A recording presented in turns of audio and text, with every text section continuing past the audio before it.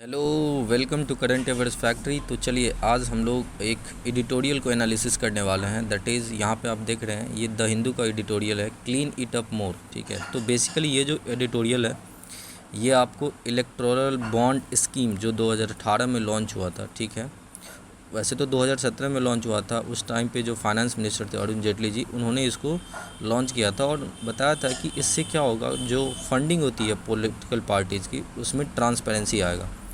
But repeatedly देखा गया है कि जो सुप्रीम कोर्ट है और जो अपोजिशन के लीडर्स हैं वो बोलते हैं कि ये जो पार्टिकुलर स्कीम है ना, इससे जो मेन रूलिंग पार्टी होता है उसे ही केवल ज़्यादा से ज़्यादा फंडिंग मिलता है। और ये रिपोर्ट भी बताता है, जो कुछ एनजीओज़ है जैसे आपने नाम सुना होगा एसोसिएशन फॉर डेमोक्रेटिक रिफॉर्म, तो इनका रिपोर्ट आता है समय समय पे, तो वो बताते हैं कि इसमें जो मेन फंडिंग है ना, वो जो रूलिंग गवर्नमेंट होते हैं चाहे वो स्टेट में हो या सेंटर में हो, उसे ही क्या होता है स्टेट स्पेसिफिक चुनाव के टाइम पे या इलेक्शन के टाइम पे उससे ज़्यादा मिलता है फंडिंग। जब लोकसभा की चुनाव होती है तो उस टाइम पे पॉलिटिकल पार्टी जो आपको होते हैं सेंटर में उससे ज़्यादा मिलता है रूलिंग को। ठीक है, बट इसके अपार्ट अगर आप देखोगे कि हमारे कॉन्स्टिट्यूशनल बॉडी जैसे सुप्रीम कोर्ट, उन्होंने अप्रैल 2022 में एक मतलब जो है ना हियरिंग लिया था, पिटीशन लिया था। ठीक है, जो अभी पेंडिंग है। ठीक है,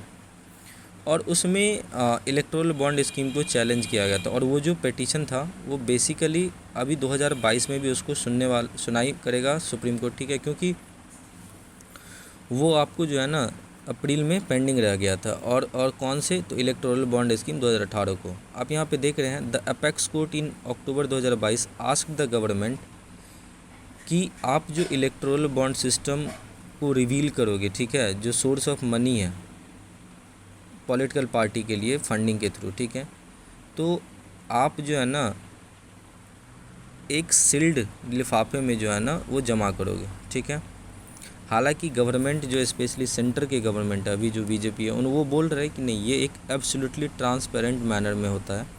लेकिन जैसा मैंने आपको पहले बताया कि कुछ एनजीओ जैसे इस पार्टिकुलर जो आपका पिटीशन है, इसमें कॉमन कॉज एक एनजीओ है and association for democratic reform that is ADR, और साथ में जो सीपीआईएम है that is communist party of India Marxist, उन्होंने इस स्कीम को क्या किया है, चैलेंज किया और बोला है कि ये जो स्कीम है ना, उनका एलिगेशन है कि ये डिस्टोर्टिंग कर रहा है किसको, डेमोक्रेसी को। अभी तक देख लेते हैं कि जो आपका पार्टिकुलर ये स्कीम है इलेक्टोरल बॉन्ड, इसका में इशू क्या है अभी तक। ठीक है, तो 2019 में सुप्रीम कोर्ट बोला था कि जितने भी पॉलिटिकल पार्टीज है वो सारे डिटेल्स बताए कि ये फंडिंग जो है ना कहाँ से आता है, इसके डोनर कौन है। लेकिन उन्होंने एक पार्टिकुलर चीज़ यहाँ पे बताया था कि आप इसे डोनर के डिटेल्स और अकाउंट नंबर्स आप लिफाफे में दोगे किसको, सुप्रीम कोर्ट को। ठीक है, इन जनवरी 2021 फिर उसके बाद जो देखा गया कि अपेक्स कोर्ट रिफ्यूज़ किया था कि मैं माफ़ नहीं करूँगा किस चीज़ को, इस पार्टिकुलर पिटीशन पे स्टे लगाने का जो अपोजिशन पार्टी ने डाला था। ठीक है, हालांकि यूनियन गवर्नमेंट ने बोला था कि ये एक ट्रांसपेरेंट मैनर है, तो जो भी पिटीशन दायर किया गया उसको आप स्टे कर दो। तो सुप्रीम कोर्ट इसको स्टे नहीं किया था। इसका मतलब कुछ कंसर्न सुप्रीम कोर्ट भी यहाँ पे जो ओपेकनेस है कि डोनर की आइडेंटिटी को रिवील नहीं किया जाएगा, उस चीज़ को ध्यान में रखते हुए यहाँ पे पिटीशन को मूव फॉरवर्ड किया था कि नहीं हम इस पर सुनवाई करेंगे। फिर 2022 में क्या हुआ, जैसा आपने अप्रैल में बोला था, ठीक है, कि सुप्रीम कोर्ट अग्रीड हो गया कि हम इसको अर्जेंटली हियर करेंगे इस पिटीशन को और चैलेंज करेंगे कि ये जो फंडिंग आ रही है पॉलिटिकल पार्टीज़ को इलेक्टोरल बॉन्ड के थ्रू, वो गवर्नमेंट क्यों इसको स्टे करवाना चाहता है। ठीक है, अब हम बैकग्राउंड में देख लेते हैं कि आखिर ये जो इलेक्टोरल बॉन्ड है, ठीक है, इसको लाया क्यों गया और सुप्रीम कोर्ट ऐसा क्यों कहना चाह रहा है कि हम इसको सुनवाई करेंगे। ठीक है, तो पॉलिटिकल पार्टीज़ इसके थ्रू जो है ना मोस्ट ऑफ देयर फंड्स क्या करता है, कलेक्ट करता है। और इम्पॉर्टेंट क्या है इसमें कि एनोनमस डोनेशंस होता है। ये जो बैंक केवल स्टेट बैंक इलेक्टोरल बॉन्ड को रिलीज़ करता है बिफोर इलेक्शंस। आपको एक टाइम फ्रेम, उसमें आप क्या करोगे कि आप उस पार्टिकुलर बॉन्ड को खरीदोगे और फिर जो है ना आपका केवल डिटेल्स बैंक के पास रहेगा और गवर्नमेंट अपने सोर्स के थ्रू, या बोल सकते हैं सिंस गवर्नमेंट के अंदर ही सारे बैंक्स होते हैं तो वो पता कर सकते हैं, बट किसी को जानकारी नहीं होता है। ठीक है, तो इसमें ओपेकनेस नेचर ऑफ ट्रांजैक्शन होता है, जो एक तरह से कहीं ना कहीं सिस्टम इस पार्टिकुलर बॉन्ड को ट्रांसपेरेंसी होने कहते हुए भी आप एक तरह से यहाँ पे ओपेकनेस देखोगे कि जो क्लीन सिस्टम को कहीं ना कहीं वायलेट करता है कि ये सिस्टम थोड़ा क्लीन नहीं है, ठीक है। Centre for media studies reported in 2019 कि लोकसभा इलेक्शन जो 2019 का हुआ था ना, उसमें मोस्ट एक्सपेंसिव इलेक्शन आज तक का था। और ऐसा कहा गया था कि लगभग 55,000 से लेकर के 60,000 करोड़ रुपए उस इलेक्शन के दौरान जो है ना स्पेंड किए गए थे। कैन यू इमेजिन कि ये लगभग 7 to 8 बिलियन डॉलर रुपीज़ है। Hence electoral bonds were introduced in 2017, जब थ्रू फाइनेंस एक्ट अमेंडेड किया गया था। 4 डिफरेंट स्टेटस आर फॉलो, जैसे रिजर्व बैंक ऑफ इंडिया 1934 को क्या किया गया था, अमेंड किया गया था। रिप्रेजेंटेशन ऑफ पीपल एक्ट 1951 को अमेंड किया गया था। इनकम टैक्स एक्ट 1961 को अमेंड किया था। और जो कंपनीज एक्ट है 2013 को, उसको अमेंड किया गया था। अब हम जान लेते हैं कि ये आखिर इलेक्टोरल बॉन्ड होते क्या है। तो जैसा मैंने आपको बताया कि ये एक बियरर इंस्ट्रूमेंट है, ठीक है, लाइक अ प्रोमिसरी नोट, कि आप पे कर रहे हो, ठीक है, बियरर को on demand to donate their contribution to political parties. Eligibility क्या है, मतलब कौन कौन से लोग इसमें एलिजिबल होंगे डोनेट करने के लिए। तो ओनली पॉलिटिकल पार्टीज़ जो रजिस्टर्ड है, मतलब ये बियरर कौन हो सकते हैं, तो वही पॉलिटिकल पार्टी जो रजिस्टर्ड है section 29 of representative of people act 1951 के, ठीक है, अंतर्गत, and which secured not less than 1% of votes polled in the last general election to the House of the People or the Legislative Assembly or the state, ठीक है। तो basically वही political parties, एक तो वो रजिस्टर्ड होना चाहिए section 29 ए RPA 1951, ठीक है, और साथ ही साथ अगर लोकसभा का चुनाव हुआ हो तो कम से कम उसे 1% वोट मिला हो, और अगर वो स्टेट असेंबली का चुनाव लड़ा हो, तो अगर स्टेट स्पेसिफिक पार्टी हो तो फिर भी उसे 1% एटलीस्ट जो है ना वोट मिला हो। इसमें कैपिंग डोनेशन की बात करोगे तो अगर कोई एक साधारण आदमी एनोनिमस है, ठीक है, तो वो 2,000 रुपये मैक्सिमम जो है ना आपको एक तरह से डोनेट कर सकता है। जबकि electoral bonds in denomination ranging from, और जो इलेक्टोरल बॉन्ड है, ठीक है, मतलब मैक्सिमम कोई भी एनोनिमस आदमी 2,000 रुपये भेज सकता है, मतलब डोनेट कर सकता है। और इसमें जो बॉन्ड्स की जो क्वांटिफिकेशन किया गया वो कम से कम 1,000 से लेकर के 1 करोड़ रुपये तक का चेक होता है, ठीक है। और कोई भी Indian citizens state bank of India से इसको खरीद सकता है, और any political party in their choice उसको डोनेट कर सकता है। अगर आप टाइमलाइन की बात करोगे तो the political parties can choose to encash such bonds within 15 days of receiving them and fund their. तो बेसिकली जब आप इस बॉन्ड को खरीदोगे तो 15 दिन के अंदर आपको अपने चॉइस की पॉलिटिकल पार्टी को देना पड़ेगा, ठीक है। अभी तक क्या हुआ है, तो ऐसा माना गया है कि देखो अभी तक कितने साल, लगभग 4 साल हो गए हैं इलेक्टोरल बॉन्ड को जारी किए हुए। तो 10,000 करोड़ रुपये से ज़्यादा का जो है ना इलेक्टोरल बॉन्ड अभी तक इशूड हो चुका है, ठीक है। तो कहीं ना कहीं इतना ज़्यादा फंडिंग हो रहा है, फिर भी अगर कोई डोनर और रिसीवर का नाम नहीं है, रिसीवर तो चलो एक बल्क में रिपोर्ट में आ जाता है, डोनर को ट्रांसपेरेंट रखा गया है। तो इससे रीज़न क्या होगा कि मान लो कोई बिजनेसमैन किसी पार्टिकुलर रूलिंग गवर्नमेंट को डोनेट कर रहा है, तो वो कहीं ना कहीं उम्मीद करता है कि उसे फेवर मिलेगा। तो जो पॉलिसी डिसीजंस होती है, जो एडमिनिस्ट्रेटिव डिसीजंस होती है ना, वो कहीं ना कहीं उस फंडिंग के कारण से इम्पैक्ट हो सकती है। स्टैटिस्टिक्स क्या बोल रहा है कि देखो, जो एसोसिएशन ऑफ डेमोक्रेटिक रिफॉर्म है, एक NGO है, आपको पता होगा, उसका मेन काम यही होता है कि जो इंडियाज़ इलेक्टोरल सिस्टम है ना, उसमें इम्प्रूवमेंट करना है, समय समय पर रिपोर्ट लाता है। चाहे वो जो पार्टिकुलर जो आपका रिप्रेजेंटेटिव होता है, चाहे वो MLA हो या MP हो, उसके जो बैकग्राउंड्स होते हैं, ठीक है, क्रिमिनल्स, उसके ऊपर भी ADR रिपोर्ट जारी करता है। तो वो रिपोर्ट में बताया था ADR कि 2018 मार्च से लेकर के जुलाई 2022 के बीच में जो है ना लगभग 18,780 इलेक्टोरल बॉन्ड्स, जिसका जो कीमत था वो कितना था, जैसे मैंने आपको बताया 10,000 करोड़ के आसपास जो है ना ये बिका था, ठीक है। और इसमें मोस्ट जो है ना इनकैश्ड बाय पॉलिटिकल पार्टी। अगर आप इसके क्रिटिसिज्म की बात करोगे तो देखो, election commission had objected to bonds owing to the following. Obviously जो आपका इलेक्शन कमीशन है वो भी इसको क्या किया है, एक तरह से ऑब्जेक्टेड किया है इस पार्टिकुलर बॉन्ड को। रीजंस क्या है, तो लैक ऑफ ट्रांसपेरेंसी, कि भाई इतना फंडिंग होता है और नाम नहीं बताते हो कि कौन दे रहा है कौन नहीं दे रहा है, ठीक है। ओपेकनेस इन पॉलिटिकल फंडिंग, जैसा मैंने आपको बताया यहाँ पे लिखा हुआ है section 29C of 1 of representative of people act, ठीक है, requires political parties to prepare a contribution report on any funding received by them in excess of Rs 20,000, ठीक है।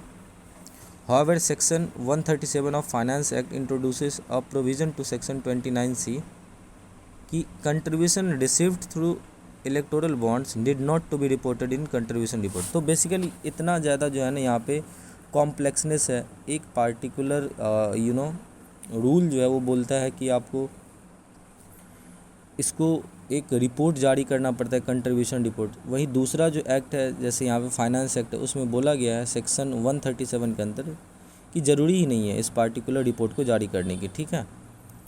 वही अगर आप देखोगे कि जो आपका companies act, income tax act है, ठीक है, उसके सेक्शन 13A में बोला गया है कि अगर which exempts political parties from maintaining a detailed breakdown of contribution received through electoral bonds of any amount।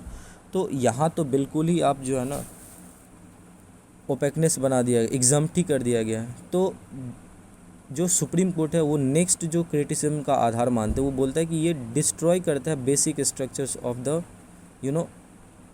Constitution, क्योंकि वहाँ पे अगर पॉलिटिकल फंडिंग जो है ट्रांसपेरेंट नहीं रहेगा तो कहीं ना कहीं जो डेमोक्रेसी नाम का चीज़ है वो कहीं ना कहीं क्या होगा, बहुत ज़्यादा इम्पैक्टनेस आएगा। And opaque way of funding political parties by electoral bonds where there is anonymity regarding who is funding home destroy the very concept free and fair elections under article 324। तो जो हमारी फ्री एंड फेयर इलेक्शंस होती है वो article 324 जो है ना हमारी कॉन्स्टिट्यूशन, उसके अंतर्गत आता है।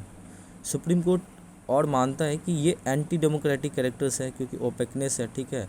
इसमें पब्लिक को जो है ना तो पब्लिक जब भी RTI दायर करेगी तो उसे जानकारी नहीं मिल सकता डोनर का। तो ये कहीं ना कहीं एक तरह से आप बोल सकते हो कि क्विड प्रो को है, ठीक है। और पब्लिक यहाँ पे जज नहीं कर सकता है कि ये डोनेशन कौन बना रहा है, कहाँ से, क्या ये उसके फ्यूचर के लिए अच्छा है, क्योंकि अल्टीमेटली जो फंडिंग है वो करता तो एक इंडिविजुअल या फाइनेंशियल इंस्टीट्यूशन है, लेकिन वोट कास्ट तो एवरी कॉमन मैन करता है। तो अगर वो किसी पार्टी को मान लो सत्ता में बैठाते भी है तो उम्मीद करेंगे कि उसके हिसाब से कुछ रिफॉर्म्स या जो पॉलिसीज बने। लेकिन होगा क्या कि अगर ओपेकनेस होगी इसमें तो बॉन्ड ये जो आपका इलेक्टोरल बॉन्ड है उसमें पैसे दे करके जो है ना एक इंडिविजुअल्स उस पॉलिसी को इम्पैक्ट कर सकता है। और चांसेस क्या है कि हो सकता है कि सिंस ये ओपेक है तो फॉरेन फंडिंग आता होगा, ठीक है, क्योंकि फाइनेंस एक्ट 2017 में जो है ना अमेंडमेंट किया गया था कि जो foreign sources was changed in a manner that allow कर दिया कि donation to be received from foreign companies who have majority stake in Indian companies, ठीक है। तो इससे इलेक्शन कमीशन फियर्स करता है कि ये जो है ना फॉरेन इन्फ्लुएंसिंग ऑफ इलेक्शंस को बढ़ावा देता है, ठीक है। अंडरलाइंग नोशंस जैसे if the public know that companies from sectors that benefited from tariff protection, state subsidies, public sectors, bank loans donated more, they could then vote in a more informed way, ठीक है। और data conclusion कि यहाँ पे association for democratic reform बोलता है कि जो 90% से ज़्यादा अमाउंट जो है ना वो अभी तक जो इशूड किया गया है वो 1 करोड़ रुपये के स्लैब से ज़्यादा है के आसपास है, ठीक है। जो एक तरह से ये बता रहा है कि ज़्यादातर जो अमीर आदमी इंडिविजुअल्स या कॉरपोरेट्स है वही फंडिंग करता है। तो कहीं ना कहीं लोगों के कंसर्न को यहाँ पे ताक पे रखा जा रहा है, ठीक है। बट गवर्नमेंट इसको विरोध करते हैं, स्पेशली अभी जो रूलिंग गवर्नमेंट है। अब क्या उनका स्टांस है वो देख लेते हैं। तो देखो वो गवर्नमेंट का कहना है, गवर्नमेंट ऑफ इंडिया का, कि जो ये एलिमिनेट करता है इलीगल मनी को। जो solicitor general of government of India जो तुषार मेहता जी थे, उन्होंने सुप्रीम कोर्ट के बेंच के सामने ये बोला कि ये जो मैकेनिज़्म है मनी रिसीव करने का, ठीक है, ये एक तरह से इम्पॉसिबल बनाता है पॉलिटिकल पार्टीज़ को कि आप अनअकाउंटेड ब्लैक मनी को जो है ना नहीं लेते हो, ठीक है, चंदा के थ्रू कि कौन दे रहा है कौन नहीं। यहाँ पे एटलीस्ट कम से कम बैंक को तो पता है ना कि कौन दे रहा है जिससे ये पता चलता है कि जो इलेक्टोरल बॉन्ड्स है ना would check the inflow of black money flowing through cash donation, ठीक है। प्रिवेंट करता है हरासमेंट कि मान लो आप ज़बरदस्ती नहीं पैसा लेने के लिए जाओगे किसी से, सीधे आप बैंक में जाओ, या आपको अगर मान लो ये डर लग रहा है कि हम किसी पॉलिटिकल पार्टी को पैसा दे रहे हैं, तो अगर ये पब्लिक में पता चल जाएगा तो उसे दूसरे पॉलिटिकल पार्टी वाले लोग जो है ना वो हरास करेंगे। तो यहाँ पे जो एनोनिमिटी क्रिएट हुआ है, ठीक है, एनिनोमस क्रिएट हुआ है, उसे फाइनेंस मिनिस्ट्री बताता है कि the main purpose behind electoral bond is to prevent the victimisation of donors by political parties, ठीक है। इनहेंस करता है ट्रांसपेरेंसी को। रीज़न क्या है, political parties recorded donation under 20,000 के अंदर जो भी वो पॉलिटिकल पार्टी इसको एक तरह से बोलते हो कि बताता है। But with electoral bonds only individuals और companies with a verified KYC account can purchase them. तो इससे रीज़न क्या है कि बैंक में जो भी इंडिविजुअल है वो तो 20,000 से कम डोनेट कर सकते हो, लेकिन जो भी कंपनीज या कॉरपोरेट है उसको 20,000 से ज़्यादा होने के लिए जब भी वो डोनेट करेगा तो उसे KYC का वेरिफिकेशन करवाना पड़ेगा अकाउंट का। सफिशिएंट चेक्स रखता है यहाँ पे, राइट टू प्राइवेसी को एक तरह से। अब अगर आप यहाँ पे देखोगे ना कि इनक्यूबेंसी एडवांटेज ऑफ इलेक्टोरल बॉन्ड्स, ठीक है, कि क्या यहाँ पे इनक्यूबेंसी का एडवांटेज रखा जाता है कि क्यों अभी तक जारी है। तो electoral bond has offered incumbent government both centre और स्टेट पे। रीज़न क्या है कि एक लीडिंग रेसिपिएंट है फंडिंग का, ठीक है। इलेक्टोरल बॉन्ड की यूटिलिटी की बात करोगे तो the money obtained from electoral bond is white, that is legal and can be use to make payment by check to the formal sector. Two factors could further combine to increase the value of this money as follows. पहला, those using unaccounted cash could come under investigation allowing the governing parties to label them corrupt. Second क्या है कि जो incumbent could use its white money to influence what voters read here and see. तो basically जो भी funding आता है यहाँ पे बॉन्ड के थ्रू, उस सारे को पॉलिटिकल पार्टीज अपने पार्टी को विस्तार करने या इलेक्शन के टाइम पे बैनर, पोस्टर्स, रैली को ऑर्गेनाइज करने में लगाएगा, ठीक है। इवन दो कैप होता है, सुप्रीम कोर्ट उस पर एक लिमिटेशन लगाया होता है। जैसे मैंने यहाँ बताया advertising campaign, social media roles में जो है ना वहाँ पे क्या करेंगे कि फंडिंग करेगा, ठीक है। अब लास्ट में कंक्लूजन देख लेते हो तो यहाँ पे आपको देखो एक्चुअली कोई भी रूल जो है ना ख़राब नहीं होता, आप उस पर अमेंड कर सकते हो, लोगों की समस्याओं को सुन करके क्या कंसर्न है उसको दूर करने की कोशिश करोगे। तो यहाँ पे लिखा हुआ है the visible problem with electoral bonds is they make clean payments easier for the incumbent and hard for others, ठीक है। The objective should indeed be कि all electoral spending is clean while making the list of donor public will help a complete solution and would protect donors from harassment irrespective of the party they donate to। तो basically यही है कि कुछ भी करो, जो public की donation है उसका गलत यूज़ नहीं होना चाहिए, वो क्लीन होना चाहिए और ट्रांसपेरेंट मैनर में होता है। उम्मीद करते हैं आपको इलेक्टोरल बॉन्ड्स के बैकग्राउंड्स, इलेक्टोरल बॉन्ड्स है क्या, इसका क्या क्या इम्प्लीकेशन होता है, एडवांटेज क्या है, क्रिटिसिज्म क्या है, वो सब कुछ समझ में आया होगा। और अगर हमारा वीडियो आपको पसंद आ रहा है तो प्लीज़ हमारे वीडियो को लाइक कीजिए, दोस्तों को रिकमेंड कीजिए और सब्सक्राइब कीजिए, और साथ ही साथ आप बेल आइकन दबा लीजिए ताकि आपको समय समय पे हमारे वीडियो का नोटिफिकेशन मिलता रहे। Thank you so much for watching this video.